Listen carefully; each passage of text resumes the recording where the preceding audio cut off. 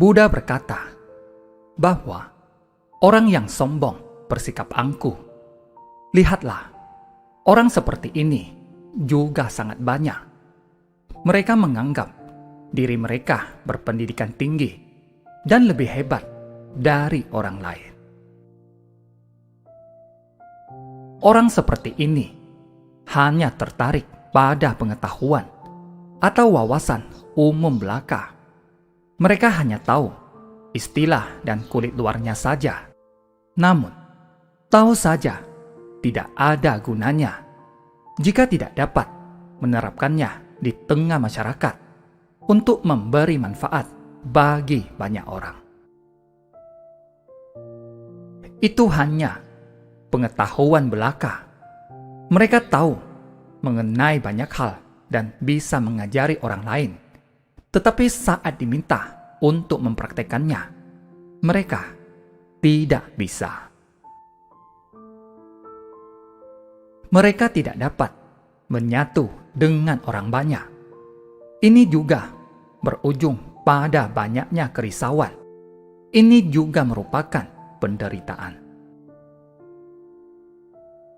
Nanda yang membuang kesombongan. Nanda adalah adik dari Buddha. Berkat dorongan dari Buddha, dia masuk ke dalam sangha, tetapi tekadnya tidak teguh. Nafsu keinginannya masih banyak. Terlebih lagi, dia juga angkuh dan sombong. Dia sangat menginginkan kenikmatan hidup berkeluarga. Dalam kehidupan sehari-hari, dia juga suka memamerkan statusnya kepada orang lain. Suatu ketika, saat mengumpulkan persembahan makanan, dia menghampiri rumah keluarga bangsawan. Melihat hal ini, orang-orang bergosip, bukankah dia adalah adik Buddha? Meski sudah meninggalkan keduniawian, pakaiannya masih begitu indah. Dia juga masih makan enak. Dia hanya berkeliling di daerah orang-orang berstatus tinggi. Hal itu terdengar oleh Buddha. Buddha lalu memanggil Nanda dan berkata, "Nanda, engkau telah bersalah. Engkau adalah petapa, tetapi engkau mengenakan jubah yang mewah dan hanya mengumpulkan makanan dari keluarga terpandang. Nafsu keinginanmu belum dilenyapkan. Meski meninggalkan keduniawian, engkau bukan hanya tidak mengembangkan pahala, tetapi malah menambah kemelekatan terhadap kondisi luar. Engkau penuh kesombongan dan keangkuhan. Engkau menganggap dirimu selamanya adalah kaum bangsawan. Sikap seperti ini adalah kesalahan besar. Kesalahanmu membuat orang lain menciptakan karma buruk lewat ucapan. Buddha memberinya banyak nasihat.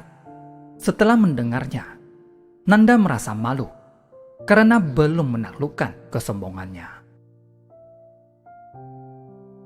Dia memohon kepada Buddha, bagaimana caranya agar aku bisa melenyapkan ketamakan, kebencian, kebodohan, dan kesombongan.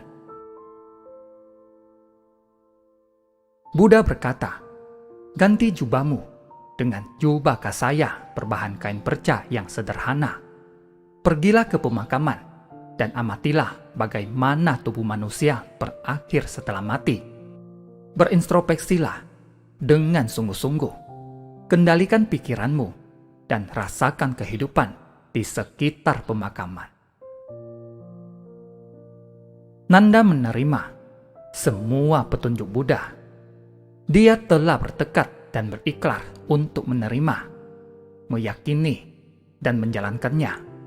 Dia benar-benar pergi ke pemakaman.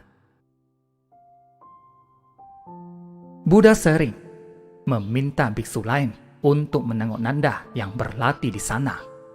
Saat para biksu melewati pemakaman, mereka melihat Nanda berlatih dengan tekun. Dia juga makan dengan sederhana.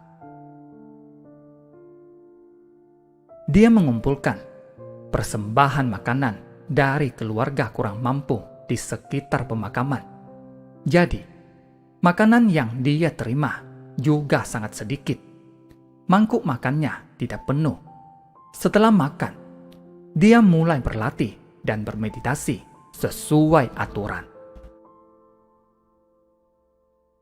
Setelah 100 hari berlalu, Buddha mendengar kabar Nanda. Dengan kebijaksanaannya, Buddha juga mengamati dan melihat proses pelatihan diri Nanda. Beliau meminta biksu lain menjemput Nanda kembali. Setelah Nanda kembali ke tengah-tengah sangha, Buddha melihat kini tekad pelatihan diri Nanda sudah teguh. Dia sudah berbeda dari sebelumnya. Meski menjadi lebih kurus, tetapi dia penuh energi pelatihan diri. Buddha memuji Nanda. Engkau telah mengendalikan indramu dan hanya makan secukupnya. Indra meliputi mata, telinga, hidung, lidah, tubuh, dan pikiran. Semuanya telah dijaga dengan baik. Pikirannya terkendali dan mampu menyerap kebenaran. Nanda berlatih dengan tekun dan bersemangat sepanjang hari, tanpa membiarkan waktu tersia-siakan sedikit pun. Saat beristirahat pada malam hari, baik sebelum, saat, ataupun setelah tengah malam, pikirannya tetap terkendali dan tidak kacau. Nanda tetap tekun dan giat. Batinnya juga sangat bebas. Pada waktu sebelum, saat, atau setelah tengah malam, serta pada waktu menjelang matahari terbit, pikiran Nanda tetap terjaga dan teguh. Inilah pikiran yang menakjubkan.